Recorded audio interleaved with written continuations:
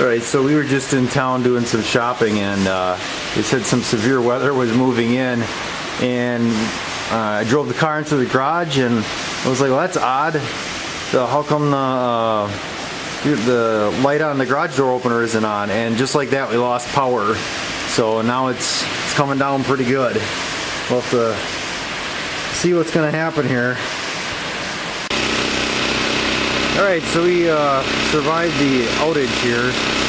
Looks like our power is going to be off for about 8 hours or so, according to the outage map.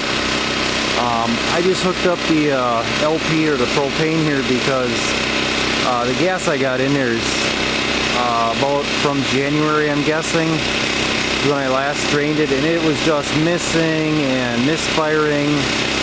And now it runs super smooth again with the LP, so I gotta drain out that gasoline and put in some fresh stuff, but it's been working all well otherwise. Alright, so no sooner did I get the LP hooked up and I went back to the shed and the lights were on, so we got power back.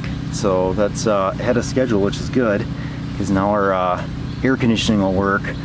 I don't have it tied in the way the system's set up. I don't have our AC compressor hooked in. I just have the furnace hooked in, so we could run the fan, which, you know, and pull up some of that cool basement air, but wasn't getting hot in the house, but it was definitely starting to warm up a little bit. And when I started this thing, I think we were at about, I want to say 11 hours. So we put on about 7 hours run time today. But like I said, I change fuel once a year, which I thought would be good. And if you don't run it in between those the year period, you don't really know if you got any issues with the fuel. And obviously there is. And I was running stable in the gas, so I think now what I'm going to do is every 6 months. So I'll do it in July and probably December or so. I'll be changing the fuel, and I'll still add a gas stabilizer to it, but I don't know, I like the idea of just running it on propane, because the thing instantly, it's smoothed out, like there was no missing, no anything. It runs really well, but this is kind of a bulky setup here where you have to run the tank.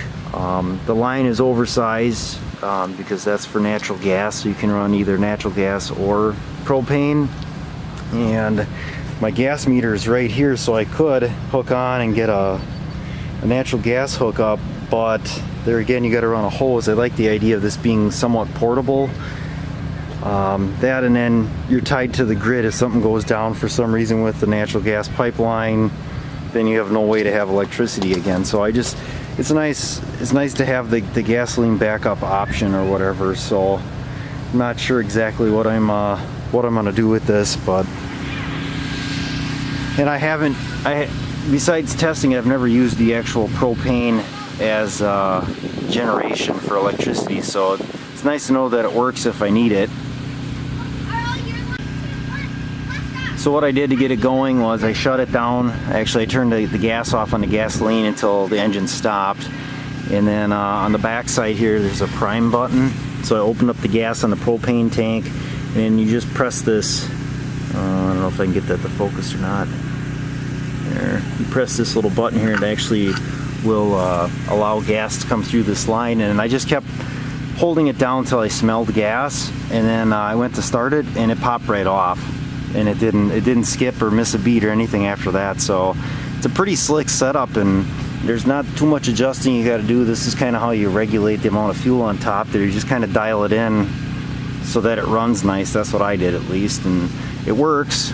So I get some, yeah, no ethanol fuel, but yet that really doesn't matter. You still got enough fuel issues here. So all right, I'm gonna get this button up and put it back away here, and hopefully get this video uploaded. Hopefully our Wi-Fi is back up too now.